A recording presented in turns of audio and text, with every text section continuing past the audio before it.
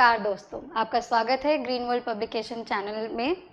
मेरा नाम तस्लीमा मंसूरी है। मैं आपकी बायोलॉजी की मेंटोर हूं और हम शुरू करने जा रहे हैं हमारा जीव विज्ञान का सीरीज़, जिसमें हम सारे चैप्टर्स एक एक करके कवर करेंगे। और उसमें हमारा फर्स्ट चैप्टर है पुष्पी पादपों में लैंगिक प्रजनन। तो पुष्पी पादपों में लैंगिक प्रजनन कैसे होता है या पुष्पी पादप कौन कौन से होते हैं और ये लैंगिक प्रजनन का क्या मतलब है, एक एक करके हम इसके बारे में समझेंगे। पुष्पी पादप को हम और क्या कहते हैं? आवृत बीजी पौधे।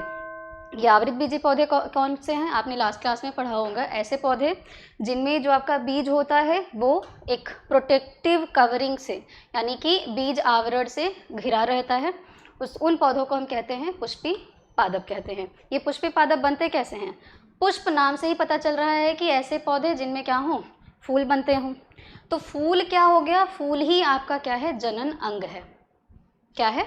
जनन अंग। जैसे आपने पढ़ा होगा मनुष्यों में भी जनन अंग होते हैं, जानवरों में भी जनन अंग होते हैं। और ये जो प्रजनन है ये कई तरह का होता है। आपने एक पढ़ा था अलैंगिक प्रजनन होता है, एक होता है लैंगिक प्रजनन। तो ये जो लैंगिक प्रजनन होता है उसी का भाग होता है पौधों में। ये भाग कौन पूरा करता है? फूल पूरा करते हैं। ठीक है। अब यही फूल जो है इसका डिटेल स्ट्रक्चर, हमारे फूल में नर प्रजनन अंग कौन सा है, मादा प्रजनन अंग कौन सा है, उसके बारे में एक एक करके हम पढ़ेंगे। ठीक है। सो हमारा चैप्टर का नाम क्या है? पुष्पी पादपों में लैंगिक प्रजनन, sexual reproduction in flowering plants. ठीक है। चलिए नेक्स्ट स्लाइड पर चलते हैं और एक एक करके थोड़ा सा हम समझेंगे इसके बारे में।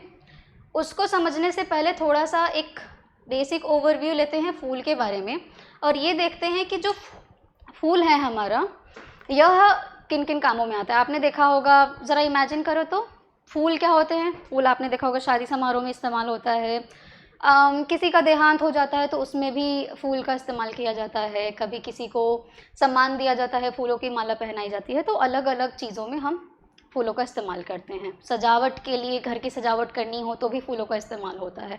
ठीक है। बट अपनी आम जो हमारी ज़िंदगी है इसमें तो हम फूलों को बड़े चाव से, बहुत अच्छे से सुगंध लेने के लिए और तरह तरह से इस्तेमाल करते हैं। लेकिन पौधों में ये क्या काम आते हैं? पौधों में ये प्रजनन कराने के काम आते हैं। प्रजनन करा करके नए पौधे बनाया जाता है। ठीक है। प्रजनन का मतलब क्या होता है? अपनी ही जैसी नई संतान को जन्म देना। ओके, ये है आपका फूल का एक स्ट्रक्चर। ठीक है। अब इस फूल में क्या क्या है ज़रा उसके बारे में एक एक करके मैं आपको बताती हूँ। एक सेकेंड,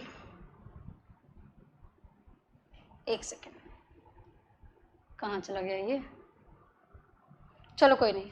ये देखो, एक ये आपके सामने एक कलरफुल फ्लावर दिख रहा है और यहाँ पे आपका एक दिख रहा है कलरलेस फ्लावर दिख रहा है। ज़रा सा इन दोनों ही फ्लावर्स को एक एक करके हम कंपेयर करेंगे और अलग अलग पार्ट को देखेंगे और उनका रोल भी देखेंगे कि फ्लावर में इनका रोल क्या है। तो एक फ्लावर को इमेजिन करो कि आपने या आपके पास हो, आप लेके बैठे हो तो बहुत अच्छी बात है। लेकिन अगर नहीं है तो इमेजिन करिए आपने गुलाब का फूल देखा हुआ है, चमेली का फूल देखा हुआ है, तो उसमें देखा होगा कि किनारे से ग्रीन कलर का कुछ नीचे की तरफ लगा रहता है, उसके बीच में ऊपर कलरफुल कुछ पंखुड़ियाँ जैसी लगी रहती हैं। और आप फूल भी बनाते हैं, अगर कॉपी में जब डायग्राम वाला एग्जाम होता है तो उसमें फूल बनाते होगे तो उसमें कुछ कलरफुल पंखुड़ियों को कलर करते होंगे, नीचे हल्का सा ग्रीन कलर की कुछ पंखुड़ियों को कलर करते होंगे। तो ये आपका ये जो पूरा ये हिस्सा दिख रहा है, ये वाला, इसको हम कहते हैं हमारा एक भाग को, इसको क्या कहा जाता है? सेपल कहा जाता है। क्या कहा जाता है? सेपल बोलते हैं। इस ग्रीन कलर के एक भाग को क्या कहते हैं? सेपल। बाह्य दल क्या कहा जाता है? बाह्य दल। अब जरा सा देखो, पौधे में या एक फ्लावर में ये सिर्फ एक ही तो रहता नहीं, कई सारे रहते हैं। ये किनारे से जरा देखो तो, कई सारे रहते हैं। ये भी दिख रहा है, ये भी दिख रहा है। तो इस पूरे के पूरे ग्रुप को हम क्या कहते हैं? इस पूरे ग्रुप को कहा जाता है बाह्य दल पुंज। क्या कहते हैं? बाह्य दल पुंज। और पूरे के पूरे इसके ग्रुप को हम कहते हैं कैलिक्स। क्या कहा जाता है? कैलिक्स कहा जाता है। एक एक करके मैं सारा याद करवा दूंगी। देखिए, ग्रीन पार्ट आपका जो है, इस ग्रीन पार्ट को हम क्या कह रहे हैं? बाह्य दल पुंज। क्या कह रहे हैं? बाह्य दल पुंज। इसके पूरे के पूरे समूह को क्या कहा जाता है? वर्ल कहा जाता है।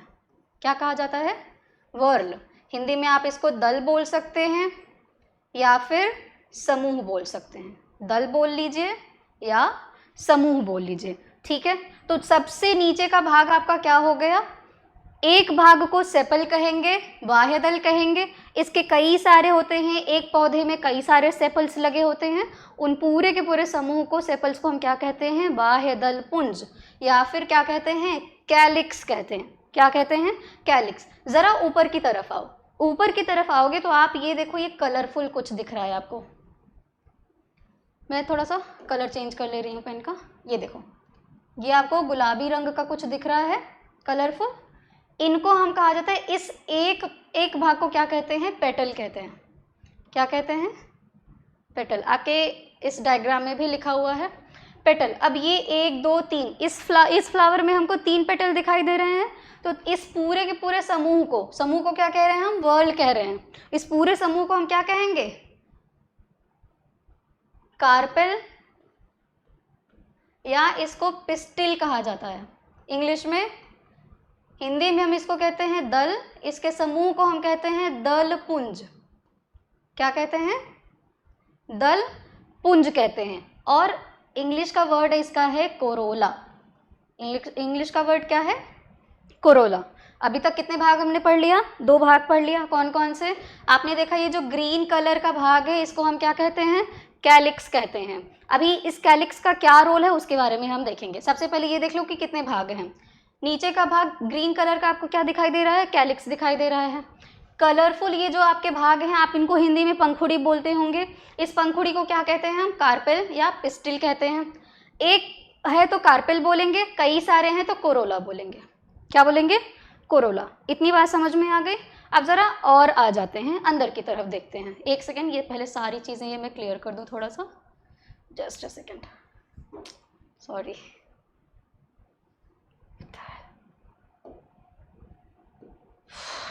क्या हो रहा है ये?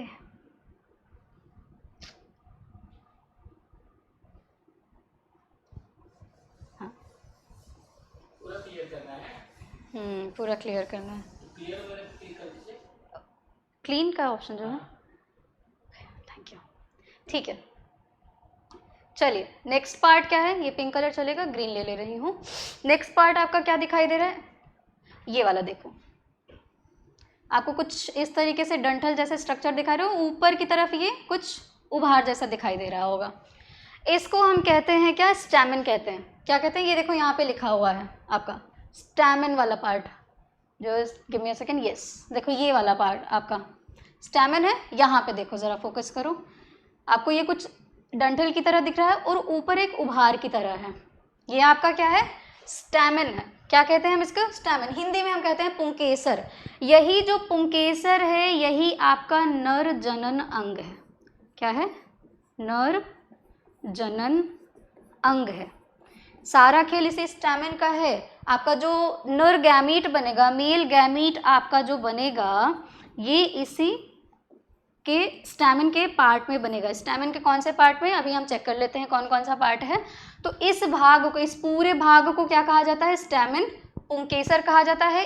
एक स्टैमेन होगा तब हम इसको क्या कहेंगे? पुंकेसर। अब जरा देखो, एक चीज चेक करो, यहाँ पे कितने स्टैमेन आपको दिखाई दे रहे हैं? 1 2 3 4, टोटल 4 स्टैमेन दिखाई दे रहे हैं। तो इस पूरे के पूरे स्टैमेन के भाग को, सिर्फ स्टैमेन वाले पे फोकस करेंगे। ये है आपका स्टैमेन का पार्ट, ये है स्टैमेन का पार्ट, ये है स्टैमेन का पार्ट और ये है स्टैमेन का पार्ट। तो इन सारे स्टैमेन के ग्रुप को हम कहते हैं एंड्रोशियम। क्या कहते हैं? एंड्रोशियम। मैं थोड़ा सा टेढ़ा लिख रही हूँ, but please try to understand. ये क्या है? एंड्रोशियम है। एंड्रोशियम क्या है?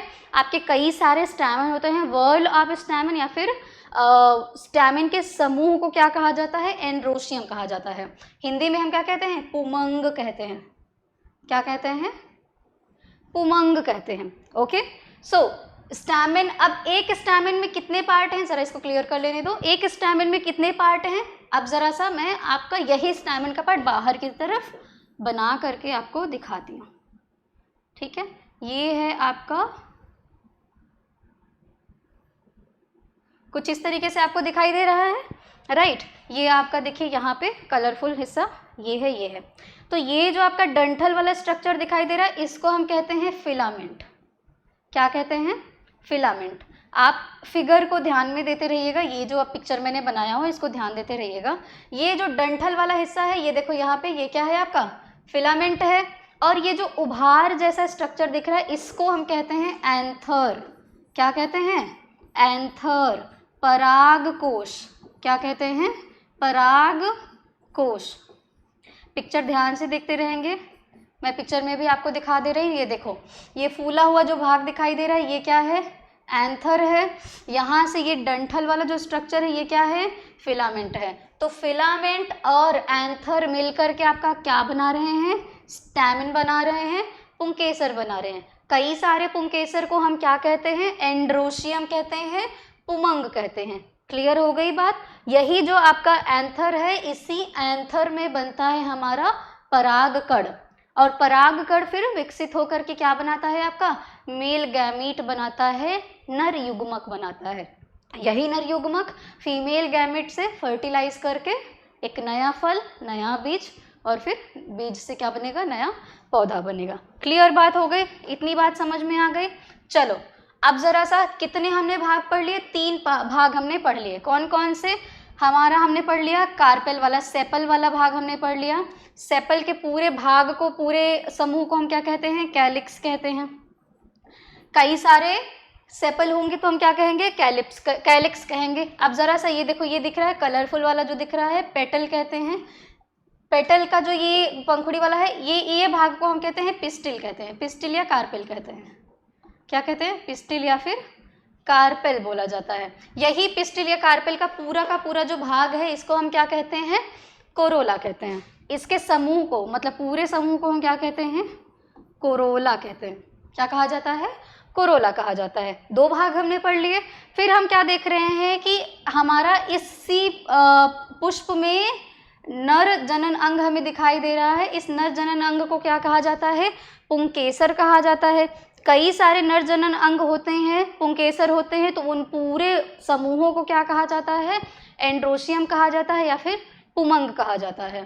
ठीक है, अब जरा सा मादा जनन अंग पर आते हैं। मादा जनन अंग भी तो है। एक सेकंड, ये जरा सा देखो, लेट मी क्लियर दिस। हाँ, अब जरा सा देखो आप कि ये कुछ उभरा हुआ ये भाग दिखाई दे रहा है आपको बीच से, बिल्कुल यहाँ से ये भाग आपको दिखाई दे रहा है। ये है हमारा, ये क्या हो सकता है? यही हमारा है मादा जनन अंग। क्या है हमारा? मादा जनन अंग। अब इस मादा जनन अंग में क्या क्या है देखो ज़रा। ये डंठल जैसा कुछ दिखाई दे रहा है और ऊपर एक उभार की तरह दिखाई दे रहा है। तो उभार वाले भाग को क्या कहते हैं? स्टिग्मा कहते हैं। स्टिग्मा को हम क्या कहते हैं हिंदी में? वर्तिकाग्र कहते हैं। क्या कहते हैं?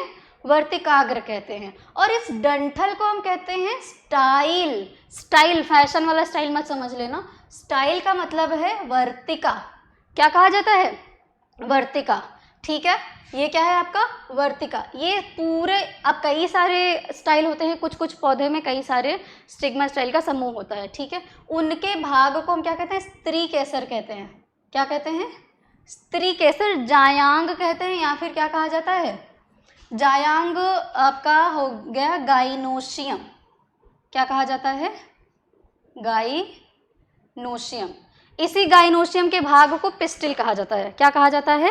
पिस्टिल कहा जाता है। माफ़ कीजिएगा, यहाँ पे मैंने आपको पेटल वाले भाग भी मैंने आपको पिस्टिल बताया था। दैट वाज अ मिस्टेक, माफ़ कीजिएगा। ये है आपका स्त्री केसर वाले भाग को क्या कहा जाता है? एक भाग को पिस्टिल या कार्पेल कहा जाता है, और कई सारे पूरा उसका समूह जो रहता है उसको कहा जाता है गाइनोशियम। क्या कहा जाता है? गाइनोशियम कहा जाता है। जायांग हम बोलते हैं उसको। क्या कहते हैं? जायांग बोलते हैं। ठीक है, इतनी बात समझ में आ गई। अब ज़रा सा हम एक समराइज कर लेते हैं हमने क्या क्या पढ़ा।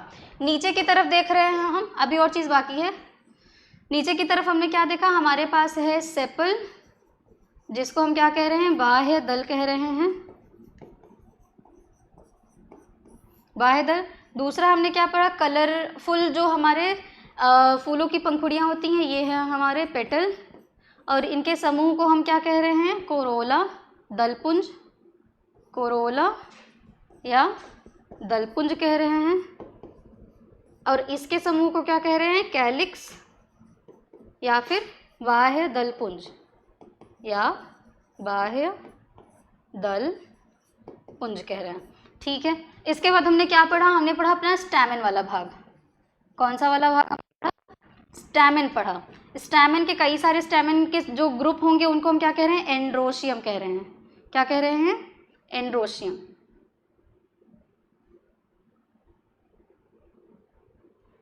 वन सेकेंड,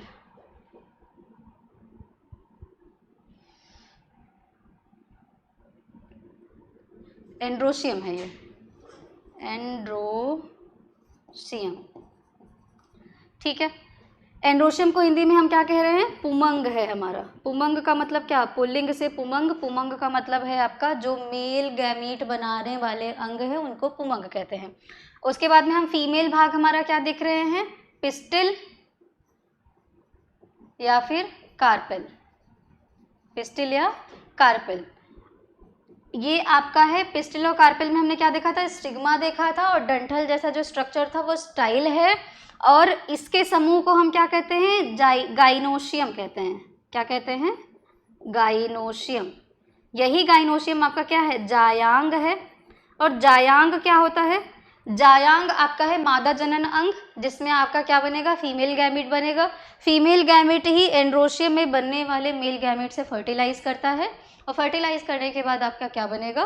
फूल बने, आपका फल बनेगा और क्या बनेगा? बीज बनेगा। इतनी बात समझ में आ गई बच्चों? Okay, clear. ज़रा सा नीचे आओ, ज़रा सा फिर से एक बार इस फ्लावर को ध्यान से देखो तो आप इसमें क्या देखेंगे? ये देखो, ये ज़रा सा फूला हुआ भाग दिख रहा है ना, ये आपका ये फूला हुआ भाग, इस वाले स्ट्रक्चर में देखो, ये आपको ये फूला हुआ भाग दिखाई दे रहा है। ये हिस्सा यहाँ से देखो, ये कुछ नीचे से फिर से डंठल की तरह दिख रहा है। ये जो डंठल है ये इस फूले हुए भाग को क्या कर रही है? सपोर्ट कर रही है, राइट। तो ये जो डंठल है इसको हम कहते हैं पेडिकल। क्या कहते हैं? पेडिकल कहते हैं। ये है आपका वृंत। क्या है आपका? वृंत, पेडिकल है। अब इस पेडिकल पर क्या है? इस पेडिकल पर है ये जो तश्तरी नुमा जो आपको स्ट्रक्चर दिखाई दे रहा है ना, ये पूरा आपका तश्तरी, ये है आपका थैलेमस। फूला हुआ जो भाग है थैलेमस है। और थैलेमस के ऊपर ये जो गोला सा आपको स्ट्रक्चर दिखाई दे रहा है ये है आपका ओवरी। क्या है आपका? ओवरी। ये स्ट्रक्चर आपका है ओवरी। और ओवरी के अंदर क्या है आपका? ओव्यूल। ओवरी के अंदर क्या है आपका? ओव्यूल है। ठीक है, ओव्यूल जो होता है, आगे हम जब ओव्यूल के बारे में स्ट्रक्चर करेंगे तो हम देखेंगे कि जो ये छोटे छोटे ओव्यूल लगे होते हैं ये एक डंठल से लगे होते हैं जिसको हम कहते हैं प्लेसेंटा। सारी चीज़ें आपको समझ में आ जाएंगी, सब कुछ समझ में आ जाएगा। बस अभी इस फिगर में इतनी चीज़ें दी हुई तो वो हम एक बार के लिए समझ लेते हैं। ठीक है, तो ओव्यूल जो जिस भाग से लगा रहता है उसको हम क्या कहते हैं? प्लेसेंटा कहते हैं। ओके, अब ओव्यूल और प्लेसेंटा के बीच में एक जगह होती है। लेट्स से कि ये गोला सा आपका ये इससे यहाँ से इस तरीके से जुड़ा हुआ है। ये हिस्सा आपका प्लेसेंटा है। ये क्या है आपका? प्लेसेंटा है। ये है हिस्सा आपका ओव्यूल। और ये हिस्सा जो होता है इसको हम कहते हैं माइक्रोपाइल। क्या कहते हैं इसको? माइक्रोपाइल, बीजांड द्वार कहते हैं। सब कुछ समझ में आ जाएगा, टेंशन बिल्कुल नहीं ले रहे हैं, सारी चीज़ें समझ में आ जाएंगी। ओके, तो इतनी बात समझ में आ गई। एंथर क्या है? समझ में आ गया है भाई। स्टैमेन का जो फूला हुआ भाग रहता है उसको एंथर कहते हैं। फिलामेंट क्या है? स्टैमेन को सपोर्ट करते हुए नीचे एक डंठल जैसी स्ट्रक्चर जाती है, उसको हम फिलामेंट कहते हैं। ये पूरा, ये दोनों भाग हमारे क्या हैं? स्टैमेन के पार्ट हैं। कई सारे स्टैमेन मिलते हैं तो क्या बनाते हैं? एंड्रोशियम बनाते हैं। वाओ, ग्रेट, समझ में आ गया। अब उसके नीचे ज़रा सा ऊपर की तरफ जाओ, ये देखो डंठल की तरफ, ओवरी से ही एक डंठल निकलती है ऊपर की ओर, इसको हम कहते हैं स्टाइल कहते हैं। ये जो स्टाइल है ये किसको सपोर्ट कर रही है? आपके स्टिग्मा को सपोर्ट कर रही है। स्टिग्मा क्या करता है आपका? इसी स्टिग्मा पर पॉलन ग्रेन आकर के लैंड करता है। जब यहाँ पर इस स्टिग्मा पर पॉलन ग्रेन आकर के लैंड करेगा तो यहाँ से एक नली के द्वारा ये ओव्यूल तक पहुँचती है। सारी बातें समझ में आ जाएंगी। बस अभी इतना जितना मैं कहते जा रही हूँ ध्यान से सुनते जाओ। ठीक है, ये स्टाइल और स्टिग्मा आपका किसका भाग है? पिस्टिल का भाग है। किसका भाग है? पिस्टिल का भाग है। पिस्टिल या फिर और क्या नाम से जानते हैं इसको हम? कार्पेल नाम से इसको हम जानते हैं। क्लियर हो गया? ठीक है, अब ये आपको नहीं समझ में आ रहा होगा कि ये पेरियंथ क्या है। तो देखो बच्चों, एक सेकंड क्लियर कर दूं जरा। देखो बच्चों, इस वाले फिगर को जरा फोकस करना, ध्यान देना कि आपका ये जो भाग है, ये वाला, इस फिगर में ये जो आपका पार्ट है नीचे की तरफ है, ज़रा मुझे बताओ तो ये कौन सा भाग हो सकता है? नीचे ये किसको कवर करने की कोशिश कर रहा है? आपके ओवरी को प्रोटेक्ट करने की कोशिश कर रहा है, राइट? ठीक है, ग्रीन कलर का होता है। अभी हमने पढ़ा था क्या होता है, ये सेपल होता है। क्या होता है? सेपल होता है।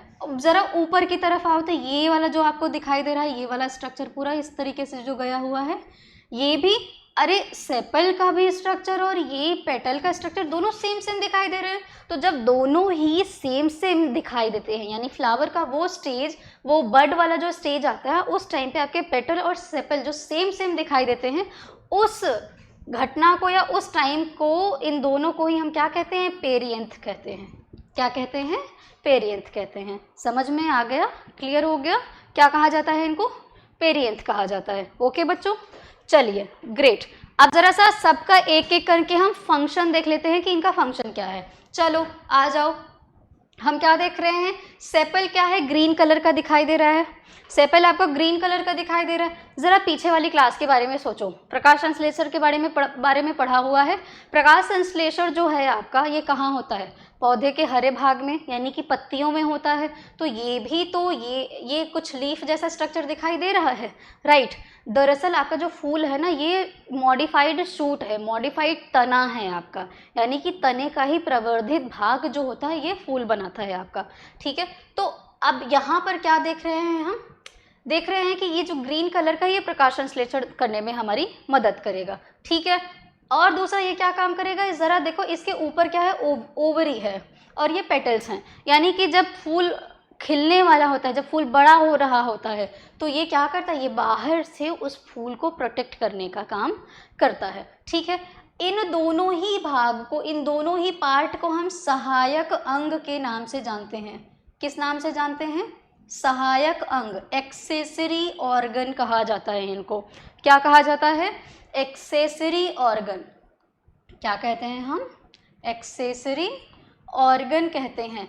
क्यों एक्सेसरी ऑर्गन कहते हैं? क्योंकि डायरेक्ट रिप्रोडक्शन में, डायरेक्ट जनन में इनका कोई भाग नहीं होता है। जनन में डायरेक्टली इनका कोई भाग नहीं होता है। ठीक है, जनन में डायरेक्टली इनका कोई भाग नहीं होता है, इसीलिए इनको एक्सेसरी ऑर्गन कहा जाता है।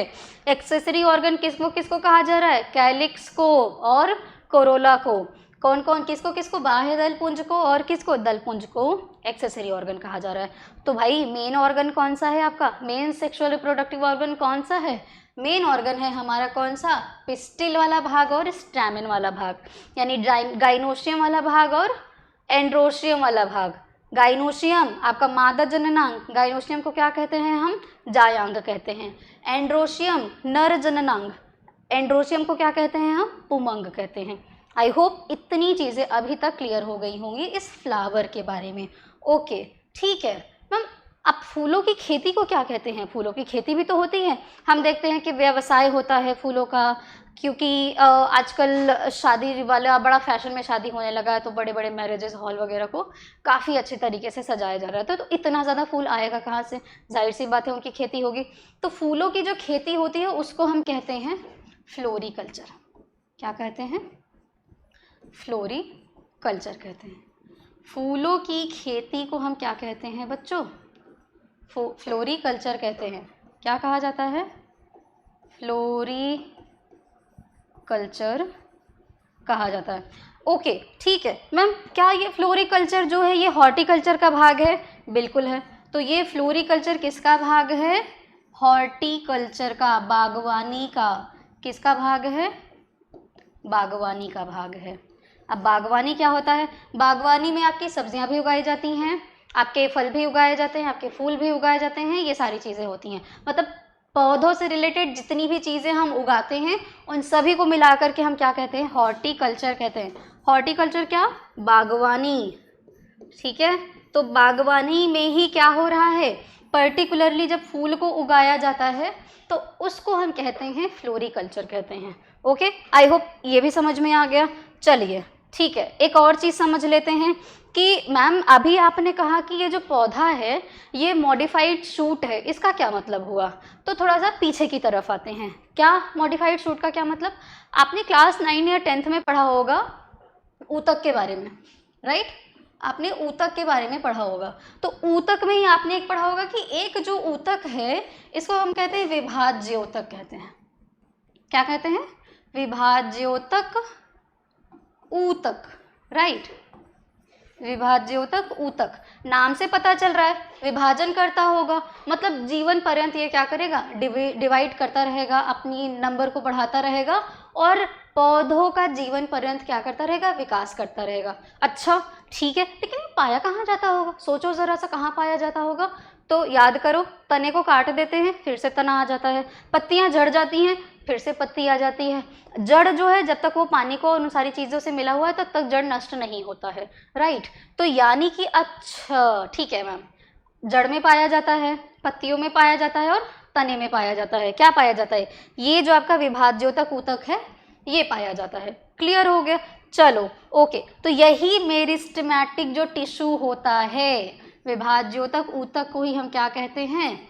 मेरिस्टेमेटिक टिश्यू कहते हैं। तो ये जो आपका मेरिस्टेमेटिक टिश्यू होता है यही विभाजन करके एक टाइम जब आता है जब फूल बनने की प्रक्रिया शुरू होती है। फूल क्यों बनेगा? क्योंकि फूल ही आगे करके क्या करेगा?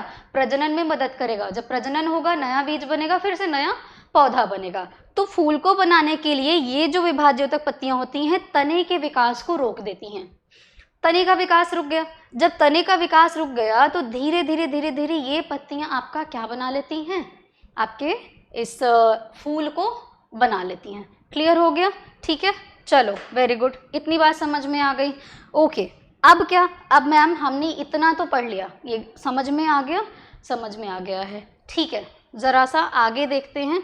अब हम एक एक करके अपने ये जो हमारे मेन रिप्रोडक्टिव ऑर्गन्स हैं, कौन है हमारे मेन रिप्रोडक्टिव ऑर्गन्स? मेल वाला पार्ट आपका एंड्रोशियम है और फीमेल वाला पार्ट आपका गाइनोशियम है। तो आज हम जिसके बारे में कवर करेंगे वो आपके नर जनन अंग को कवर करेंगे, ठीक है? पुमंग को कवर करेंगे। एक सेकेंड, चलिए।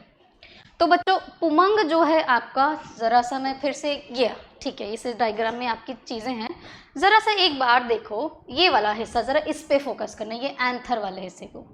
1 second, give me a second. Anther वाले हिस्से को आप पिक्चर में फोकस करिए। यहाँ पे इस एंथर में हमने क्या देखा था? 2 हिस्से दिखाई दे रहे हैं आपको, ठीक है? क्या दिखाई दे रहा है? 2 हिस्सा दिखाई दे रहा है। यहाँ पे ज़रा फोकस करो, बीच में एक क्या जा रहा है? इस तरीके से कुछ बना हुआ है, राइट? ये आपका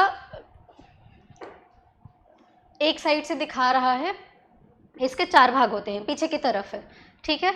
कुछ इस तरीके से देखो, एक पीछे की तरफ भी दिखा रहा है, तो हल्का सा ये अगर ध्यान दे रहे होगे आप, ये इधर का बना हुआ है, ठीक है? जब इसका हम अनुप्रस्थ काट देखते हैं, अनुप्रस्थ काट का मतलब क्या होता है? जब आप किसी चीज़ को ऐसे कट करो, मैं यहाँ पे बना रही हूँ, ध्यान देना, सेकेंड। अब इस चीज़ को मैं ऐसे कट कर दूँ, ठीक है? इस तरीके से जब मैं ऐसे कट करूँगी तो मुझे कैसा दिखेगा? कुछ इस तरीके से वो मुझे दिखाई देगा, कुछ इस तरीके से दिखाई देगा, खुला हुआ दिखाई देगा। यही देखो, यही भाग आपको यहाँ पे दिखाई दे रहा है, ये वाले हिस्से पे फोकस करो, इस पे फोकस करो, ये हिस्सा आपको यहाँ पे दिखाई दे रहा है। ज़रा सा देखो कि इसमें कितने भाग हैं, कितने पार्ट हैं इसमें।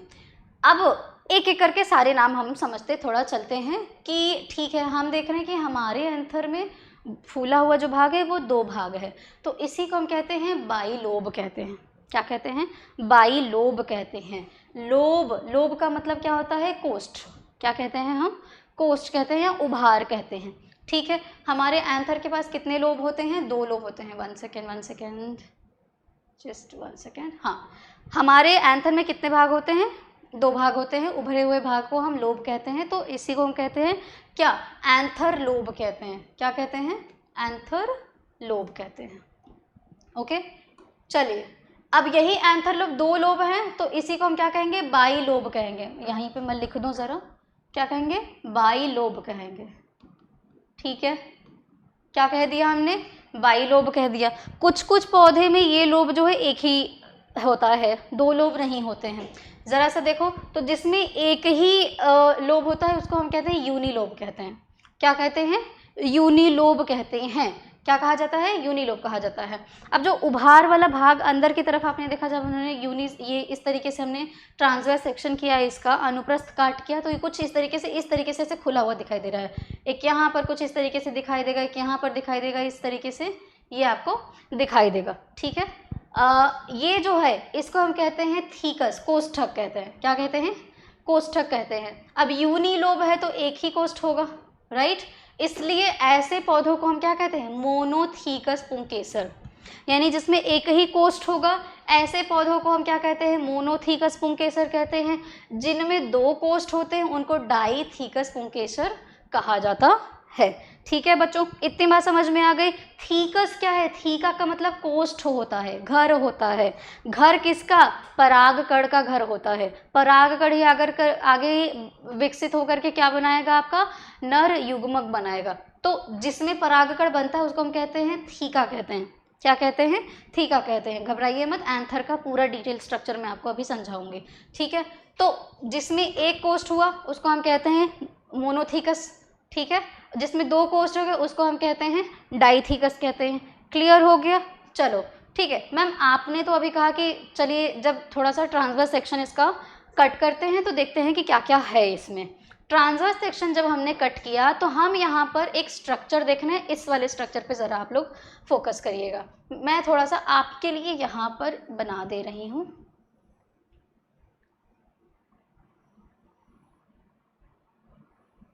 ये कुछ इस तरीके से, ठीक है, ये हो गया, यहाँ पर एक हो गया, यहाँ पर एक हो गया, यहाँ पर एक हो गया। ये बीच में एक कनेक्टिव टिश्यू रहता है। अब यही इसी के बाहर की तरफ इसको प्रोटेक्ट करने के लिए कई सारे टिश्यूज़ रहते हैं, ढेर सारे टिश्यूज़ रहते हैं।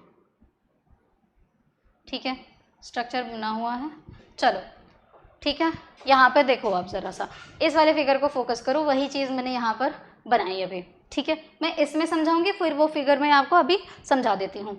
ज़रा सा देखिए, हमने इसका जब ट्रांसवर्स सेक्शन कट किया हुआ है तो आपको ये चार कोष्ठक के स्ट्रक्चर दिखाई दे रहा है, राइट। ये जो चार कोष्ठक के स्ट्रक्चर है आपका, इस कोष्ठक को हम कहते हैं पॉलन सैक कहते हैं।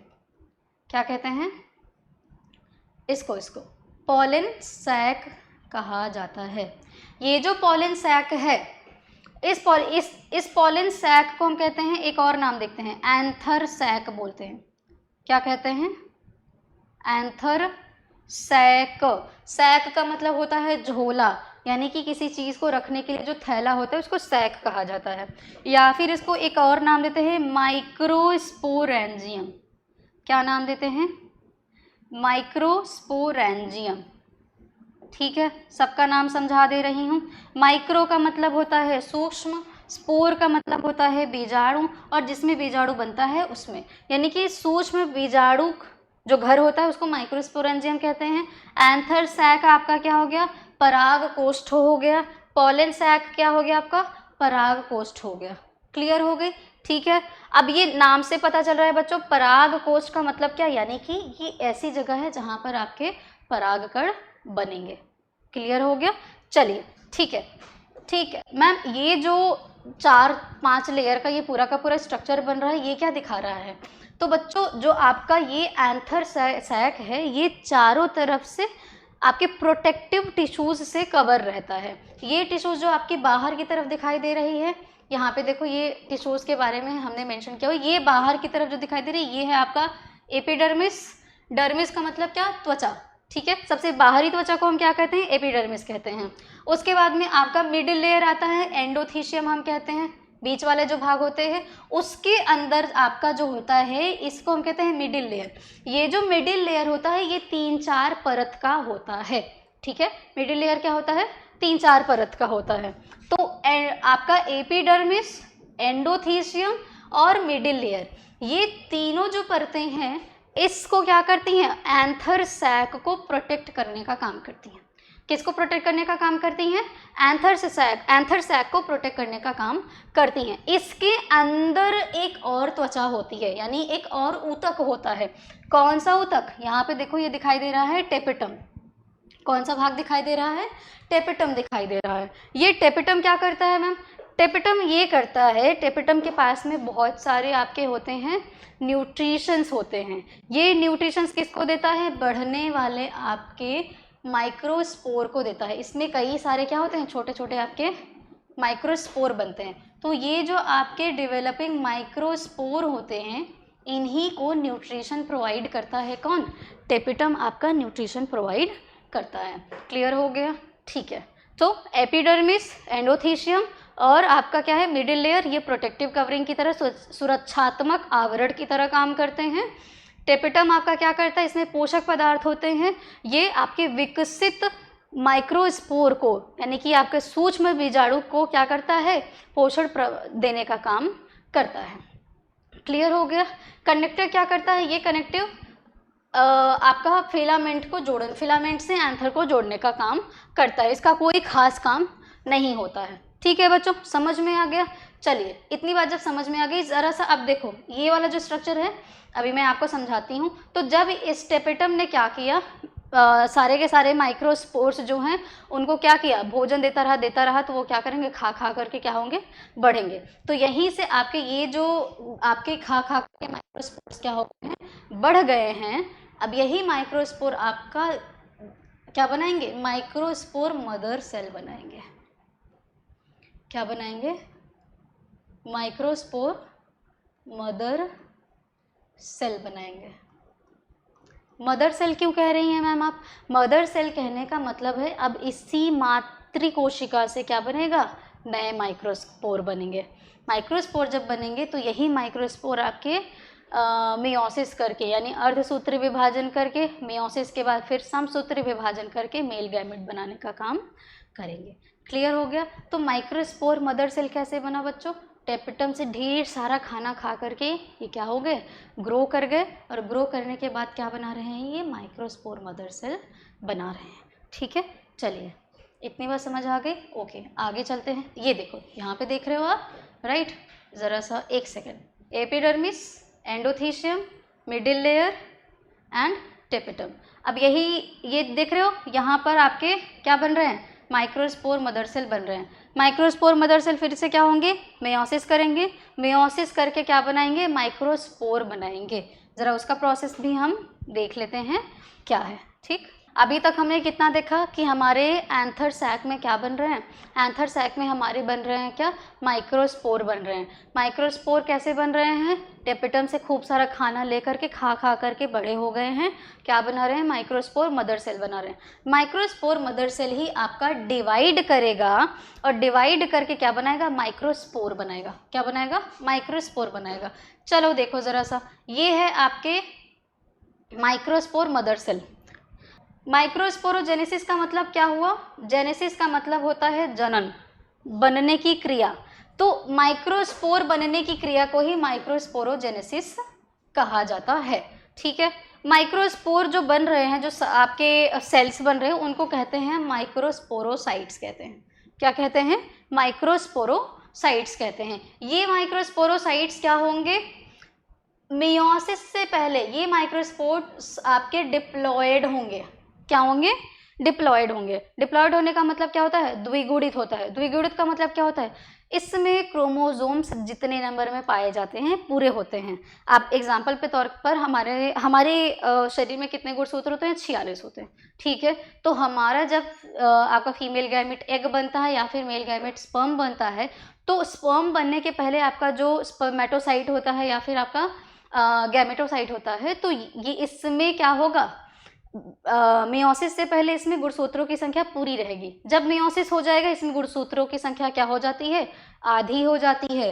इसीलिए इस विभाजन को हम क्या कहते हैं? अर्धसूत्री विभाजन, यानी कि गुणसूत्रों की संख्या को ये क्या कर देता है? आधा कर देता है। ठीक है, मियोसिस के 2 फेज होते हैं, मियोसिस 1 होता है और मियोसिस 2 होता है। तो ज़रा सा देखो, ये है आपका डिप्लॉयड न्यूक्लियस दिख रहा है यहाँ पे, ये देखो क्या लिखा हुआ है? डिप्लॉयड न्यूक्लियस, द्विगुणित केंद्रक है। जब डिप्लॉयड न्यूक्लियस होगा आपका ये क्या होगा, मेयोसिस 1 के तहत क्या करेगा, 2 न्यूक्लियस इसमें बना हुआ है, ये 2 न्यूक्लियस बन रहा है। फिर मेयोसिस 2 होगा तो क्या होगा, 4 न्यूक्लियस बन जाएगा। इसी 2 न्यूक्लियस वाले स्ट्रक्चर को हम कहते हैं माइक्रोस्पोर डायाड कहते हैं। क्या कहते हैं बच्चों, डायाड कहते हैं। डायाड का मतलब होता है 2, तो माइक्रोस्पोर डायाड हो गया। फिर मेयोसिस 2 होता है माइक्रोस्पोर टेट्राड हो गया। ये क्या हो गया, टेट्राड हो गया। इसमें भी गुणसूत्र की संख्या हाफ रह जाएगी, आधी रह जाएगी। इसमें भी गुणसूत्र की संख्या क्या रह जाएगी, आधी रह जाएगी। यहाँ पे देखो क्या लिख रहा है, हैप्लॉइड न्यूक्लियस दिख रहा है, यानी कि हमारे शरीर में 46 हैं तो माइक्रोस्पोर में आधी रह जाएगी। हम अपना एग्जाम्पल दे रहे हैं, जिस भी पौधे में जितने गुणसूत्र होंगे, इमेजिन करो कि अगर 23 गुणसूत्र हैं तो 11.5 इसमें रह जाएगा और यहाँ पे 23 रह जाएगा। क्लियर हो गया। अब हाफ मैं नहीं कहूँगी, लेट्स से 24 है, ठीक है। अब इस टाइम पे यहाँ पर आपके माइक्रोस्पोरोसाइट में गुणसूत्रों की संख्या पूरी की पूरी है, 24 है। तो ये जो स्टेज है यहाँ पर गुणसूत्र की संख्या हाफ हो जाएगी, 12 हो जाएगी। क्लियर हो गया। आई थिंक आपको इतनी बात समझ में आ गई। तो ये जो 4 न्यूक्लियस वाला, 4 केंद्रक वाला जो स्ट्रक्चर है, इसको हम कहते हैं माइक्रोस्पोर टेट्राड कहते हैं। क्या कहते हैं बच्चों, माइक्रोस्पोर टेट्राड कहते हैं। अब माइक्रोस्पोर टेट्राड क्या करेगा, माइक्रोस्पोर टेट्राड आपका माइटोसिस करेगा, और माइटोसिस यानी समसूत्री विभाजन करेगा। समसूत्री विभाजन करके ये क्या बनाएगा, चारों के चारों सेल आपके बनाएंगे पराग कण बनाएंगे। क्या बनाएंगे, आपके पराग कण बनाएंगे। अच्छा, एक सवाल है मेरा, मैम आपने माइक्रोस्पोर मदर सेल की बात बताई और आपने ये वाला जो फिगर बताया था, एक second, let me just go back, and हाँ, ये वाला जो आपने स्ट्रक्चर बताया था, अब देख रहे हैं मैम कि ये कई सारे यहाँ पे पॉलन ग्रेन्स निकल रहे हैं, बहुत सारे पॉलन ग्रेन्स निकल रहे हैं। और यहाँ पे आपने बताया कि छोटे छोटे माइक्रोस्पोर्स बनते हैं और ये खाना खा करके माइक्रोस्पोर मदर सेल बनाते हैं। तो क्या सारे के सारे माइक्रोस्पोर मदर सेल आगे डिवाइड होकर के माइक्रोस्पोर टेट्राड बनाएंगे, और फिर वो जो माइक्रोस्पोर टेट्राड बन रहे हैं उसके चारों के चारों न्यूक्लियस डिवाइड होकर के पॉलन ग्रेन बनाएंगे? तो जवाब क्या होगा इसका, बिल्कुल हाँ, सही, ठीक है ना। सारे के सारे माइक्रोस्पोर मदर सेल आपके क्या हैं, फर्टाइल होते हैं। और जब ये फर्टाइल होंगे तो सारे के सारे माइक्रोस्पोर मदर सेल कन्वर्ट हो जाएंगे, बदल जाएंगे आपके माइक्रोस्पोर में। माइक्रोस्पोर में बदल करके ये क्या करेंगे, आपके पॉलन ग्रेन बनाने का काम करते हैं। यानी कि एक माइक्रोस्पोर मदर सेल से कितने माइक्रोस्पोर बन रहे हैं, 4 माइक्रोस्पोर बन रहे हैं। कितने बन रहे हैं, 4। और ये चारों के चारों ही फर्टाइल होते हैं, यानी कि इन चारों के चारों से ही 4 पॉलन ग्रेन बनेंगे। समझ में आ गई बात? Okay, very good. चलिए, तो ज़रा सा यहाँ पर देखिए, अब क्या देख रहे हैं हम, माइटोसिस जब करेंगे ये, अब यहाँ पर क्या होगा, माइटोसिस होगा। जब माइटोसिस होगा तो ये क्या बनाएंगे, मेल गैमीट बनाएंगे, पॉलन ग्रेन बनाएंगे। क्या बनाएंगे, पॉलन ग्रेन, पराग कण बनाएंगे। चारों के चारों क्या बनाते हैं, पराग कण बनाते हैं। यहाँ पर आपका है पराग कण, ये है आपका पराग कण का स्ट्रक्चर। ये माइक्रोस्पोर क्या करेगा, खाना वाना खाएगा, खाना खा करके डेवलप हो जाएगा किसमें, पराग कण में। एक पराग कण का जो आपका स्ट्रक्चर होता है कुछ इस तरीके से, ऐसे मान लो ये बीच में इसका है न्यूक्लियस,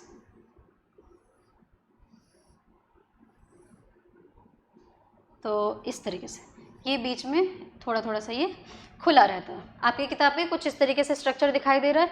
ये पॉलन ग्रेन है, ये एक क्या है, पराग कण है। क्या है ये, पराग कण है, ठीक है। पराग कण का ये जो बाहरी भाग है इसको हम क्या कहते हैं, एक्साइन कहते हैं, बाह्य चोल। क्या कहते हैं, बाह्य चोल, बाहरी आवरण, एक्साइन कहते हैं। और अंदर वाले भाग को क्या कहते हैं, इंटाइन कहते हैं, अंतःचोल। क्या कहते हैं इसको, अंतःचोल, ठीक, इंटाइन कहते हैं। आपका ये जो भाग होता है ना, बट एक्साइन जो भाग होता है, एक्साइन जो बना है ये किससे बना हुआ है, एक्साइन स्पोरोपोलेनिन का बना हुआ। क्या बना हुआ है, किसका, स्पोरोपोलेनिन का बना हुआ है। अब ये जो स्पोरोपोलेनिन है इसकी एक खास बात है। क्या खास बात है, ये जो स्पोरोपोलेनिन है इसको कोई भी तोड़ नहीं पाता, क्या कर नहीं पाता, तोड़ नहीं पाता। यानी इसका मतलब है कि ये बाहरी आवरण कोई तोड़ ही नहीं पा रहा है। जब बाहरी आवरण कोई तोड़ ही नहीं पा रहा है तो न्यूक्लियस तक पहुंचना मुश्किल है। जब न्यूक्लियस तक पहुंचना मुश्किल है तो परागकण को ख़त्म करना मुश्किल है। क्लियर हो गई बात? यानी कि परागकण को बहुत समय तक आप इसको संरक्षित करके रख सकते हैं, प्रिजर्व करके रख सकते हैं। अब एक और चीज़ मुझे बताओ, जब किसी चीज़ को आप संरक्षित करके रखते हो, उसको सालों साल संरक्षित करके रखते हो, उस प्रक्रिया को क्या कहा जाता है? आई एम श्योर आपने पढ़ा होगा जीवाश्मीकरण के बारे में। जीवाश्मीकरण क्या होता है? किसी भी चीज़ को यानी किसी अवशेष को, चाहे वो जंतु का हो या पौधे का हो, उसको एक संरक्षित माध्यम में काफ़ी समय तक संजो के रखने का जो पूरी की पूरी प्रोसेस होती है उसको क्या कहा जाता है? जीवाश्मीकरण होता है। तो स्पोरोपोलिनीन ही परागकण को क्या करता है? प्रोटेक्ट करने का काम करता है।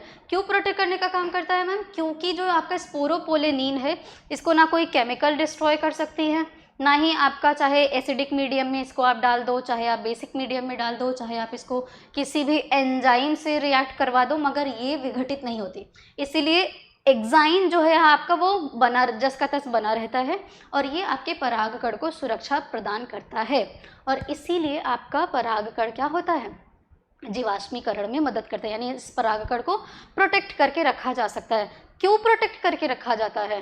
क्योंकि सालों साल बाद जब हमें किसी पौधे के बारे में स्टडी करना हो कि भाई ये कैसे ग्रो होता था, इसकी क्या खास बात है, इसके बीज में क्या खास बात है, इसमें क्या क्या न्यूट्रिएंट्स पाए जाते हैं, इन सारी जानकारी को प्राप्त करने के लिए, या ये कितना रेजिस्टेंट प्रोवाइड कर रहा है, अगर सूखा पड़ गया तो ये कैसे कितना ज़्यादा उत्पादकता देगा, आपका फ्लड का सिचुएशन बना या कीड़े खा रहे हैं या क्या नुकसान कर रहे हैं तो क्या उत्पादकता मिलेगी, इन सारी चीज़ों की जानकारी प्राप्त करने के लिए क्या किया जाता है? जीवाश्मीकरण किया जाता है, इनको प्रिजर्व करके रखा जाता है। ठीक है, एक और चीज़ आपकी किताब में मेंशन है क्रायो प्रिजर्वेशन के बारे में।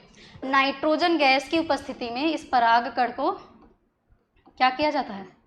नाइट्रोजन लिक्विड, द्रवित नाइट्रोजन होता है हमारा, लिक्विड नाइट्रोजन की उपस्थिति में -196 डिग्री सेल्सियस पर इस परागकण को क्या किया जाता है? संरक्षित किया जाता है, ताकि बाद में इसके बारे में स्टडी की जा सके। ठीक है, तो इस टाइप में, इस तरीके की जब द्रवित नाइट्रोजन या द्रवित किसी गैस में आपके पॉलन ग्रेन को या किसी चीज़ को रखा जाता है तो हम उस मेथड को कहते हैं क्रायो प्रिजर्वेशन कहते हैं। अच्छा, तो इतना अभी हमने क्या क्या सीखा कि एग्जाइन जो है वो हमारे स्पोरोपोलिनीन का बना हुआ है। स्पोरोपोलिनीन को कोई भी केमिकल, कोई भी एंजाइम डिस्ट्रॉय नहीं कर सकता है, जिसकी वजह से आपका परागकण क्या रहता है? सुरक्षित रहता है। इसी सुरक्षा के कारण परागकण का जीवाश्मीकरण होता है और जो कि कई सारी स्टडीज़ में मदद करता है, इनके बारे में जानने के लिए मदद करता है। ओके, स्पोरोपोलिनीन की बात हो गई, एग्जाइन की बात हो गई, एंटाइन के बारे में आते हैं। एंटाइन जो है आपका, क्लियर कर दूँ, थोड़ा सा साफ साफ दिखने लगे, फिर से मुझे स्ट्रक्चर बनाना पड़ेगा परागकण का, कोई बात नहीं, बना देती हूँ। ठीक है, ये है आपके जर्म पोर हैं। ठीक है, ये है आपका एग्जाइन, क्या है ये आपका? एग्जाइन। और ये वाला भाग जो है, अंदर वाला जो भाग है, ये वाला भाग, ये है आपका एंटाइन है, एंटाइन है। ये है आपका न्यूक्लियस, क्या है? न्यूक्लियस, केंद्रक है आपका। ठीक है बच्चों, चलिए एग्जाइन के बारे में हमने पढ़ लिया। एग्जाइन किसका बना है? स्पोरोपोलिनीन का। एंटाइन जो है आपका, एंटाइन आपका बना हुआ है, इधर आ जाती हूँ। एंटाइन जो आपका बना हुआ, ये पेक्टोसेलुलोज का बना हुआ है। किसका? पेक्टोसेलुलोज का, यानी पेक्टिन और सेलुलोज का बना हुआ है ये। ओके, अच्छा मैम, ठीक है। एंटाइन क्या काम करेगा? एंटाइन भी आपका न्यूक्लियस को प्रोटेक्ट करने का तो काम कर ही रहा है, लेकिन यही एंटाइन जब आपका पॉलन ग्रेन डेवलप होगा, जब इसमें न्यूक्लियस बनेगा, तो यही एंटाइन आपका डेवलप हो करके कुछ इस तरीके से, 1 सेकेंड, थोड़ा सा ये मैं इरेज कर लूँ। ठीक है, चलो, यही आपका एंटाइन डेवलप करके एक ट्यूब बनाती है जिसको हम कहते हैं पॉलन ट्यूब कहते हैं। क्या कहते हैं? पॉलन ट्यूब कहते हैं। तो दो काम हमने क्या देखा? एंटाइन सबसे पहले तो आपके न्यूक्लियस को, पॉलन ग्रेन के न्यूक्लियस को प्रोटेक्ट कर रही है। दूसरा क्या कर रही है? माइक्रोस्पोर डेवलपमेंट के टाइम पे, यानी मेल गैमीट के डेवलपमेंट के टाइम पे क्या कर रही है? ये आपका पॉलन ट्यूब बनाने का काम कर रही है। पॉलन ट्यूब बनाने का क्यों काम हो रहा है भाई? पॉलन ट्यूब ही स्टिग्मा से क्या करेगा, अंदर की तरफ स्टाइल के अंदर से जा करके ओव्यूल में घुसेगा। ओव्यूल में जब जाएगा तो फीमेल गैमेट से क्या करेगा, फर्टिलाइज करेगा। क्लियर? बात समझ में आ गई?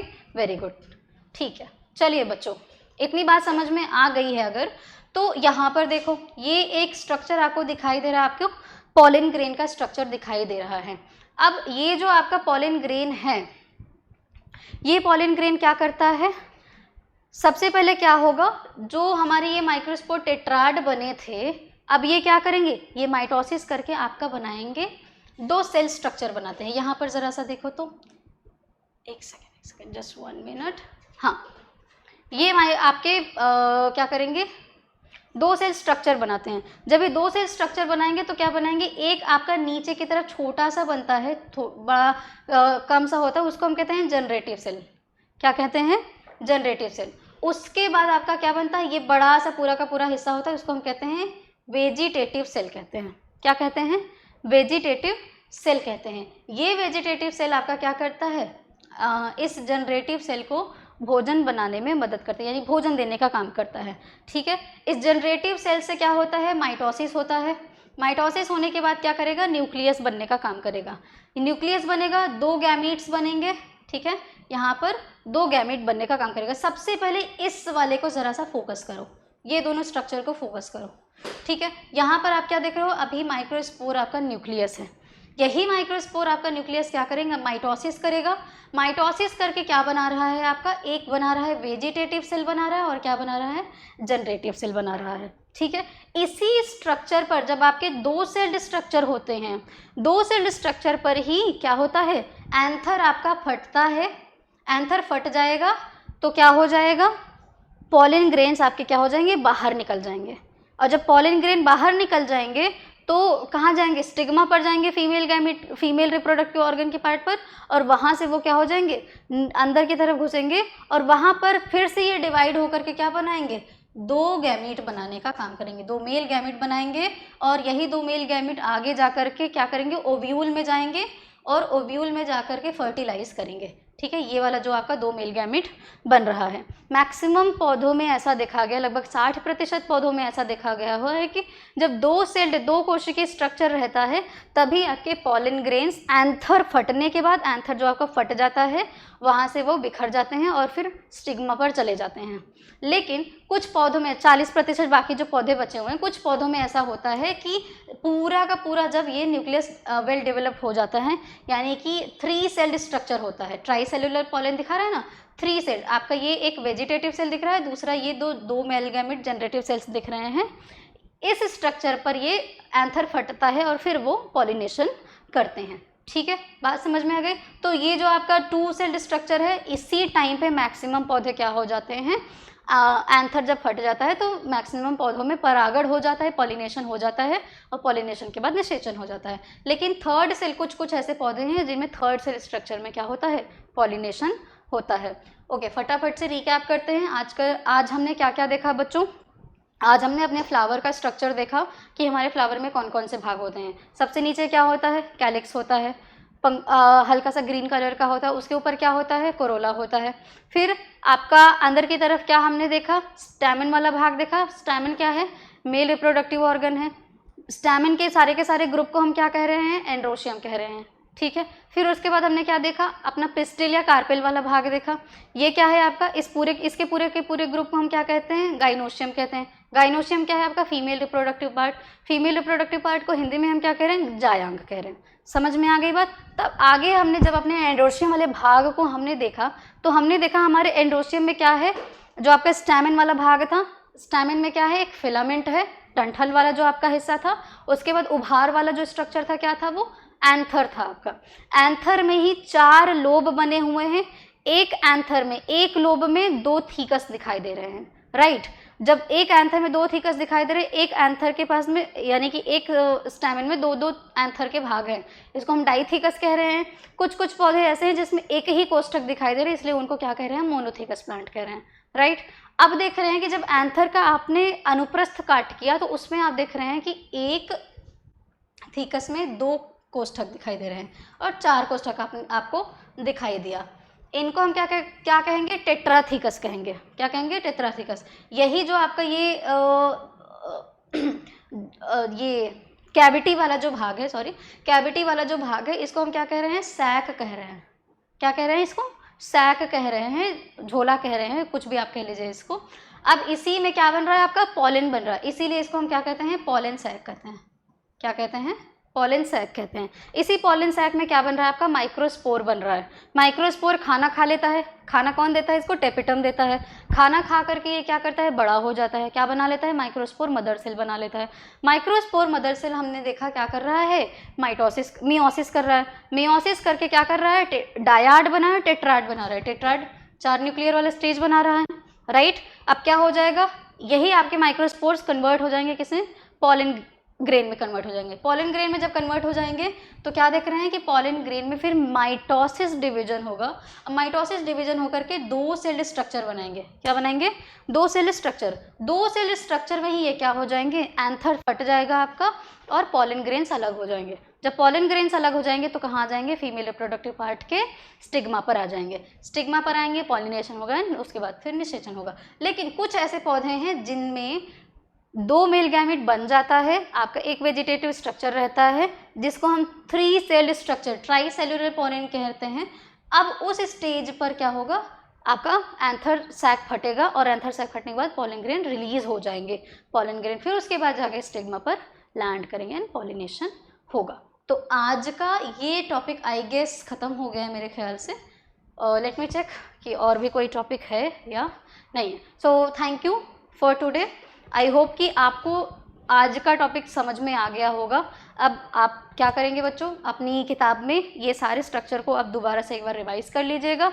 मेरे ख्याल से आपको आज का टॉपिक समझ में आ गई हैं सारी चीज़ें, ठीक है। बहुत बहुत धन्यवाद। अगर आपको अच्छा लगा है तो प्लीज़ हमारे चैनल को सब्सक्राइब करिए और अपने दोस्तों के साथ में शेयर करिए। धन्यवाद।